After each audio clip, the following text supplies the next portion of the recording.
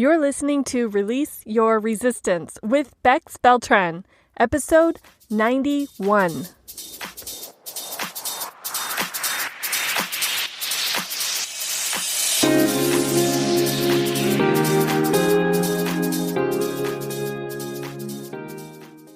Welcome to Release Your Resistance. This is Bex.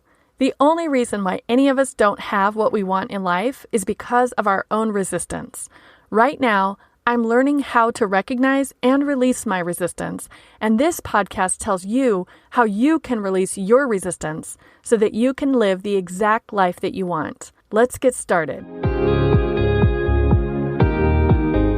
Throughout the last few months, I have been sharing my journaling theories whenever I do a presentation for a small group or in networking, or even just when I talk with people one-on-one about if they are a journaler and if they do journal regularly or just sometimes or whatever their own journaling situation is.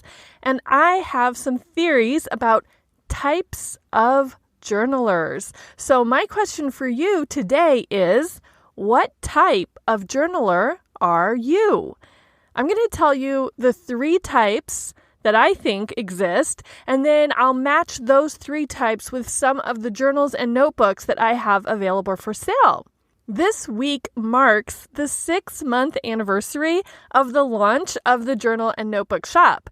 So that is a 6-month span of creating and designing and promoting journals and notebooks and workbooks and diaries, and it has just been so fun and so interesting, and I have learned so much. And if you are curious or interested, if you want to hear some of the behind the scenes information and some of the details and the data and the numbers, or if you want to hear anything about what I have learned in the first 6 months, or what I have done or created or earned or any of this, just let me know and I will create an episode just with the behind the scenes about the Journal and Notebook Shop. So if I get at least, let's say, 5 questions about the behind the scenes, then I can put together an episode answering those 5 or more questions and sharing some of the details. So email me at hi@bexb.org with your nosy questions that I can answer on the episode. And you can also message me on social media or just tell me, text me, call me, however you usually contact me and let me know.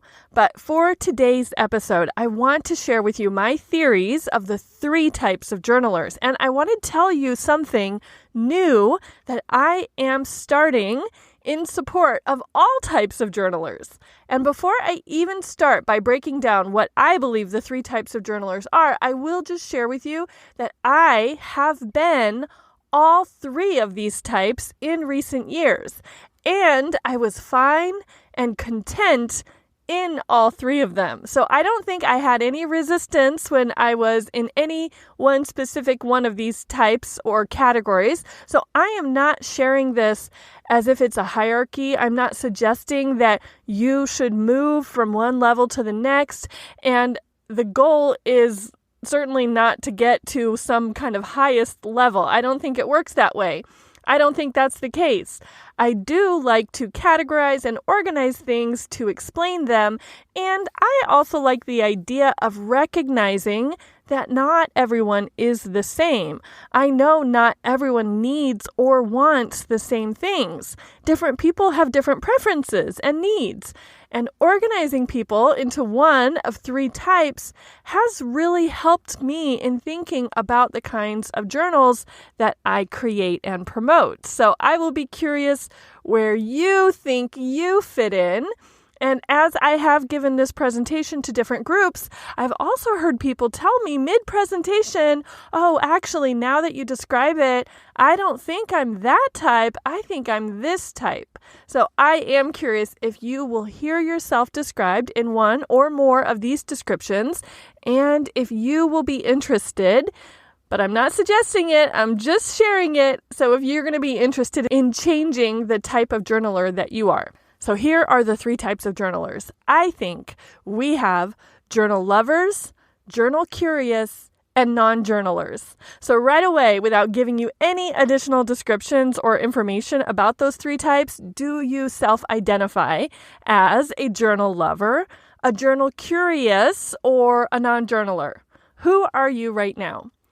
It might also be interesting to note why you consider yourself either a journal lover, journal curious, or a non-journaler. And then the third question that you could ask yourself is, do you like that label for yourself? Do you like being a journal lover? Or are you okay with being journal curious? Or are you completely content as a non-journaler? First, let's talk about journal lovers. I consider a journal lover someone who has a dedicated, regular journaling practice. Notice I did not say that it's daily. In my opinion, in my life as a journal lover, I am currently journaling daily, and I think it is the best way for me right now. Here's why. I recognize so many benefits as a journal lover. My journaling practice lets me see patterns in my life, in my circumstances, in my thinking. Just this morning, I was doing some reflection and comparing this year, 2021, to last year, 2020, and the change in my mood and demeanor and in my life situation.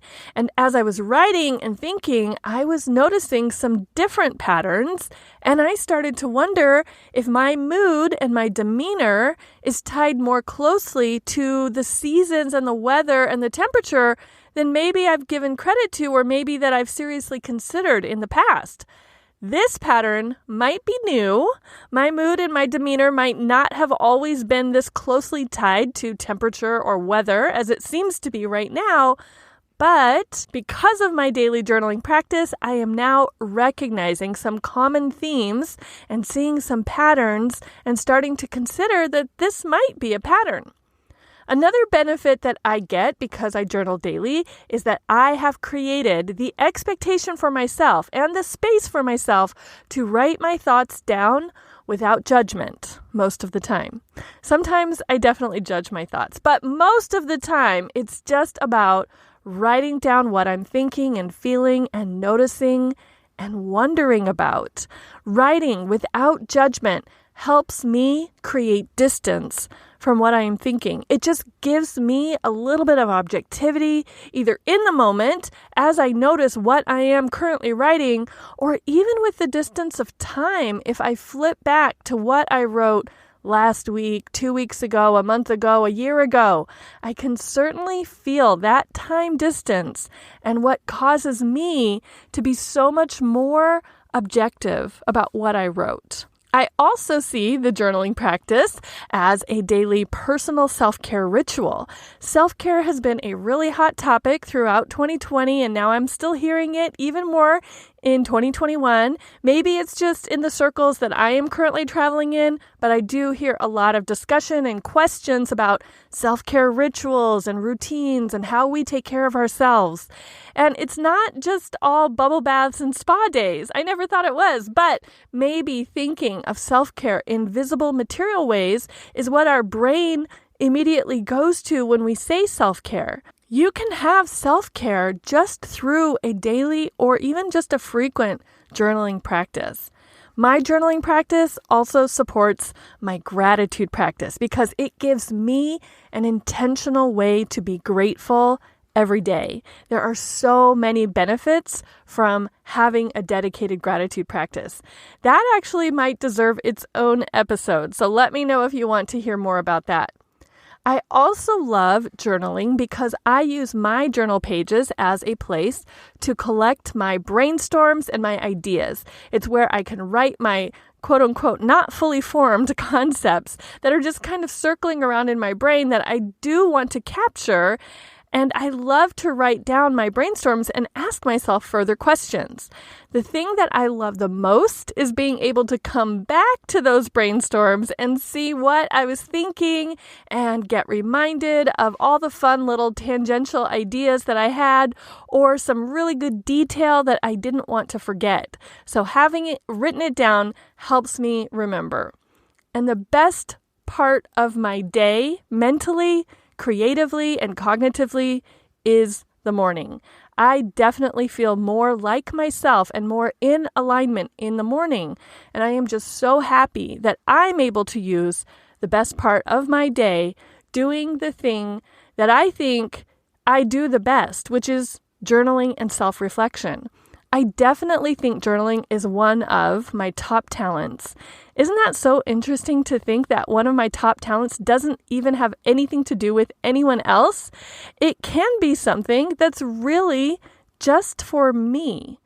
But now, to argue with myself a little, I could also say that even though my top talent only has to do something for me, I could make the opposite statement that because I'm sharing it with you, talking about journaling may inspire or motivate you to give you a fresh perspective that might cause you to want to journal. Even though I think my journaling practice is completely self-serving for me, just by sharing it with you, it might help you to get some of the benefits if you decide to give it a try, or if you double down on your own current journaling practice. This is actually how I decided to finally make regular journaling a priority for myself.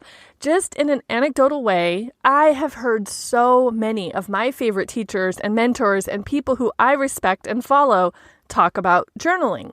The two main things that I hear mentors and teachers talk about are journaling and meditation. And I have not personally cracked the code for myself yet on meditation, but it keeps on popping up for me from different sources, so I think that might be the next practice that I invest in for myself. I hear people talking about meditation and journaling, and both of these have been studied and researched and peer-reviewed and written about and shared. We know that journaling reduces stress and anxiety. It is a tool that can help you strengthen your memory. It improves your emotional function. It can also improve your immune system.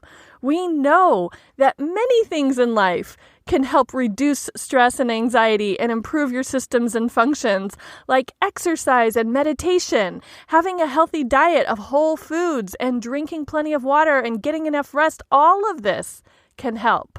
And I just think, well, if I get to choose which of those remedies I'm going to use, I choose journaling, and a few of those other ones too. If journaling is going to give me those benefits, I will take it. I definitely want to spend my time journaling, and I want to design my day around my journaling practice so that I can get those benefits. Hopefully, now I have given you some of my own anecdotal reasons, as well as the peer-reviewed, research-based scientific benefits of journaling. And maybe, if you're not already a regular journaler, maybe you are a little bit more interested in it or a little more curious than you were 13 minutes ago. So, in full disclosure about my own routine, I don't currently use one of my own creations for my morning journaling yet. That might change in the future, but in early 2020, I bought a whole stack of notebooks that I like to use because they're all uniform, they're the same size and color, and my journaling is down to a well-organized routine right now. So that's one of the reasons why I have not switched my morning journaling practice over from my Office Max composition graph paper notebook to one of my own personally designed journals. I do use my own creations for other types of journaling and note-taking. And all of this is to say, I don't expect you to use one of mine. Obviously, you can. You can use whatever journal you want or whatever one you have. If you don't have one yet and you do want to check out one of the journals in my journal shop, there are a few that I would recommend for a frequent, regular journaling practice. I have a few different gratitude journals that prompt you with 3 little bullet points. Then you just write 3 things each day that you're grateful for, and then it gives you additional space for you to write out long form if you choose. Some people have shared with me that they don't need the long form additional space for their gratitude practice. Some other people have shared that sometimes they use it and sometimes they don't. There's no right or wrong, and there's no pressure either way. I also have a number of prompted journals that you can check out. Frequently, people tell me that the reason why they don't write is because they don't know what to write. So if you find yourself in that situation, you could get one of the prompted journals. There are many different versions and themes. For example, my mother's name is Rose, and there is a Rose-themed prompted journal that gives you all sorts of common expressions and poetry lines and phrases all about roses. So that might be a fun way to journal regularly with a little bit of a rose theme. I also have prompted journals that deal with being a highly sensitive person, and there is a journal that gives prompts based on the phases of the moon. So if you want to journal along with the different moon phases throughout the lunar cycle, you could choose a prompt that goes along with whatever moon phase we're currently in. And of course, I also have different kinds of blank journals. There are dot graph journals in case you are interested in doing any bullet journaling. Have you seen this type of journaling? People use the dot graph pages to create customized layouts and agendas and boxes to check and all kinds of creative ideas and designs. And some people use dot graph journals to create their own daily planners or to-do lists or check boxes. And there are just so many things that you could do if you feel like being creative. You could look up some of the examples of what people create on dot graph paper and then get one of my journals that has that kind of interior. And I also have a few journals that are graph paper, since that's the way I like to journal as my daily journaling practice. Let's move on to the second type of journaler. Maybe you find yourself in this category. I'm calling it journal curious. This refers to someone who recognizes the benefits of journaling. They have heard of the benefits from other people, their teachers, their coaches, on podcasts. They've heard all the stories of people who have experienced the firsthand benefits during their own journaling practice. They've read about the benefits. They see the impact that journaling has on journal lovers, and journal curious people believe it, and they are curious about those benefits and the changes in their lives for themselves, but for some reason, they just haven't made the shift from non-journaler to journal lover. So there are a few common reasons that I hear about why people don't journal regularly. Maybe they think they don't have time to journal frequently. Maybe they don't know what to write about, or it is possible that they have tried to journal before and they just never were able to make it into a habit.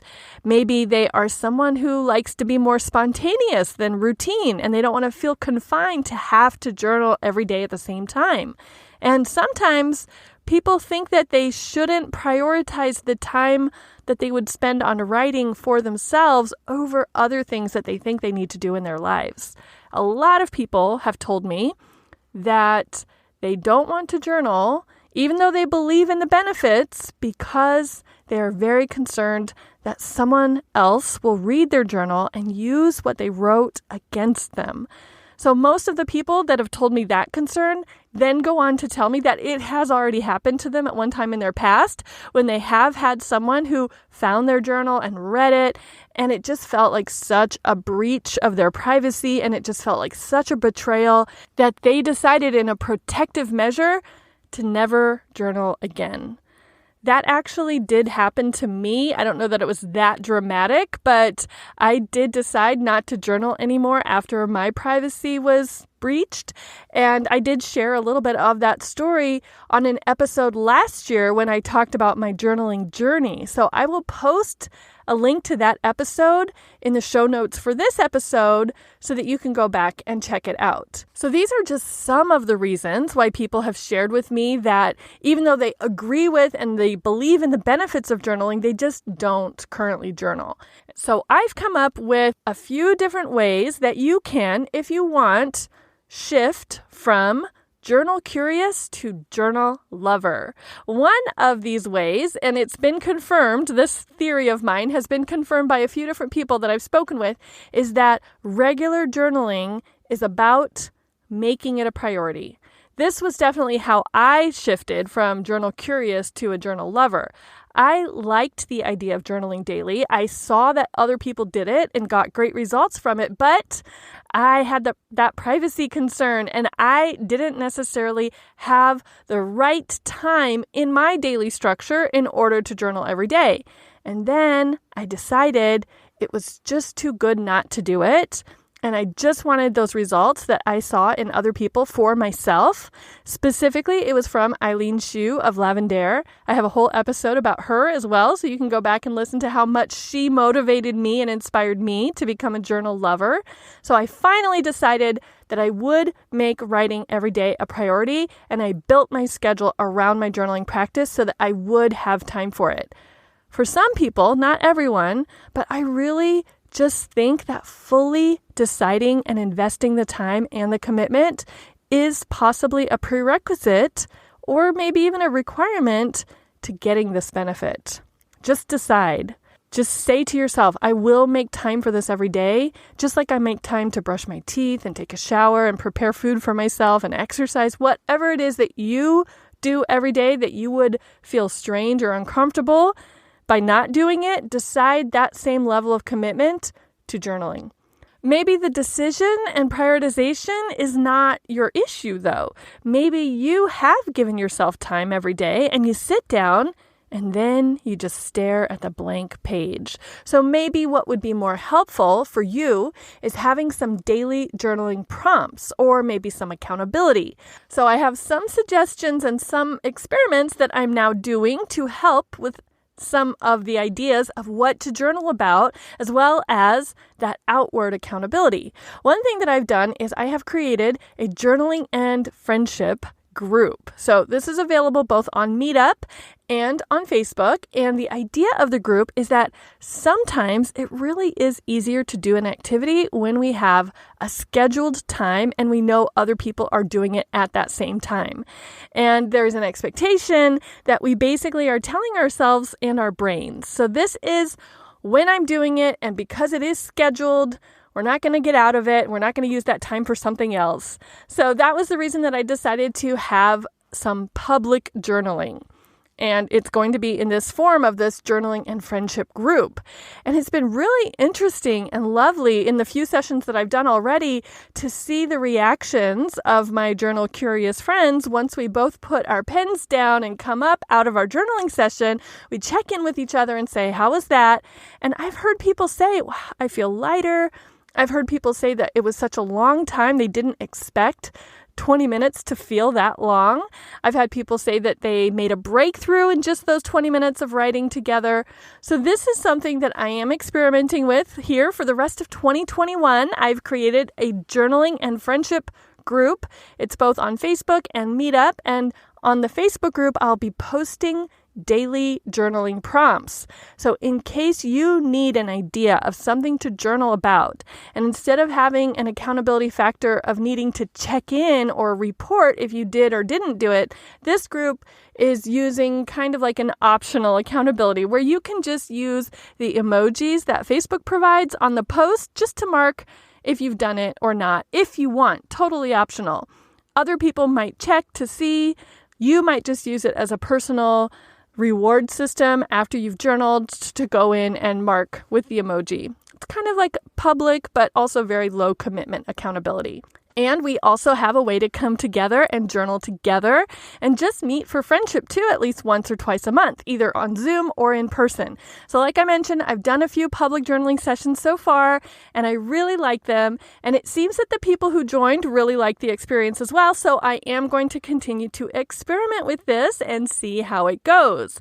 In fact, the next in-person journaling session that we're doing is going to be a week from tomorrow. If you're listening to this in real time, it's going to be in downtown Chandler at 10:30 on a Saturday morning. And I will link some of the details in case you would like to join us on Saturday, October 9th, 2021 at 10:30 to get together to journal together and have a little bit of accountability and then some encouragement. And of course, we can also talk and get to know each other. We don't have to talk about journaling. We can if we want, but we can also talk about whatever we want in the friendship portion of the journaling and friendship meetup. So if you're on Facebook, look for the Facebook group called Journaling and Friendship. to start getting the daily prompts and the meeting information for the public journaling sessions. And if you are journal curious, but you're not really ready to journal or to start a daily journaling routine, I have some specific journals that might help you ease into a more regular journaling practice. I also encourage the idea of journaling periodically, for example, weekly, monthly, annually. And I also love to talk about journaling sporadically based on different events. So if you're curious about journaling weekly, I would recommend that you get the list journal. This is kind of a hybrid between list making and journaling because there are 52 prompts. So you could choose to write one list a week, maybe every Sunday or maybe every Friday night after the end of your work week. Whatever time or day during the week that makes the best sense for you, you sit down, open the book, and it offers you a topic to make a list about. And then you make a list of 10 things. And I love this journal and I love this concept so much because the first 3 or 4 can usually just spill right out of you so easily. But then when you get down to number 7, 8, 9, wow, you are really searching in your brain to come up with the full list of 10 things that have to do with that prompt. And it causes you to dig into your brain. After you've made your list of 10 things, there's also space for you to write about what came up for you or what you noticed or what new realization you have now that you've made that list of 10. And I share a lot of ideas about periodic and sporadic ways to journal in an episode last year. So if you are journal curious and want to hear those suggestions, go to this episode's show notes at bexb.org/3 types. That's the number 3 and then the word types all squished together. So 3 TYPES. And you can see the links to all the other episodes that I've been referring to today. Plus, you can get a link to the Journaling and Friendship Facebook group to join. I haven't forgotten about my third type of journalers, the non-journalers. Hopefully you're still listening and I haven't lost you with all this journaling talk, even if you don't consider yourself someone who loves or who is curious about journaling. Are you still a non-journaler? Or maybe even just in the past 20 minutes or so, you have shifted into being a little bit more journal curious or still content with your non-journaling status. Either way, it's fine. I have no expectation that anyone who's currently a non-journaler needs to change their type. You can certainly stay a non-journaler. Just so you think this episode isn't totally leaving you out, I wanted to let you know that I do make other types of notebooks and workbooks that really don't have anything to do with journaling. Plus, if you don't mind writing things down, but you just don't identify yourself as someone who journals, I have some ideas for you to consider. You can still get some of the journaling benefits that I mentioned earlier, and you don't have to refer to it as journaling. You can call it doing a thought download, a brain dump. You can tell yourself you're writing a story. That might help with the privacy concern too if you change the names to protect the innocent. And you don't have to write in paragraphs and sentences. List making is very powerful, and it is so easy to read when you come back to it later. So I do have a few books that are specifically designed for non-journalers. Most obviously, there is a notebook called The Journal for People Who Hate Writing. It gives you ideas for making lists, doodling, mind mapping, drawing pictures, and all sorts of different things. And I also have a notebook that's just for mind mapping, making outlines, and doodling. And there is a whole selection of notebooks that don't have anything to do with personal development or self-reflection. You could get yourself a wine tasting or beer tasting notebook. There are review notebooks for you to review so many parts of your life, like favorite books, movies, TV shows, restaurants, makeup products. And there's a book to keep track of what gifts you can give to your friends and family. There's also a book to track what you eat if you're trying to eat more intentionally. I could go on, but we've already been going for so long already. So one thing I'll say to my non-journaling friends, since I am not trying to change your mind, you probably have people in your life who do like to write or take notes or make lists. So all of my journals and notebooks make great, easy, and thought-provoking re-giftable gifts. I'm serious. If you have received a notebook from me as a gift, I fully encourage you to re-gift it if it's not your style. So I also suggest you to mention the regifting option if you end up giving someone else a notebook or journal or workbook. These travel well, they're easy to wrap, they won't spill or spoil. I've never heard of anyone having any allergies to journals or notebooks. So basically, I'm pretty sure these make a perfect gift for everyone you know, from an acquaintance all the way up to your closest soulmate. So that's it. Just to check in one last time. What type of journaler are you? A journal lover, journal curious, or non-journaler? Whatever type you are, make sure to go to bexb.org/3types. That's the number 3, TYPES, to see the links to all the episodes that I referred to and get the link to the new Facebook group that I just started for journaling and friendship, where you can get a daily journaling prompt and find out about our journaling meetups. And even if you don't plan to write, it would be interesting just to get the journaling prompt. It's like a new question to think about every day. And of course, you can find links to some of the journals that I've recommended today and a link to the notebook and journal shop. Remember, if you want me to do a behind-the-scenes episode about my first 6 months of designing and creating journals and notebooks, let me know what questions I should answer on that episode. Thank you so much for listening today and staying here until the end. I hope you enjoyed it. I will talk with you next week.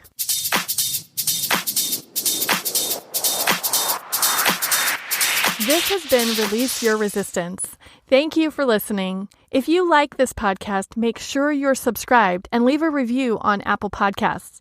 Also, think about someone who you know who would love this episode and share it with them. There should be a share button on your app if you're listening to this on your phone. If you'd like to continue this conversation one-on-one or in real time, come visit me on my site at bexb.org to see how we can work together.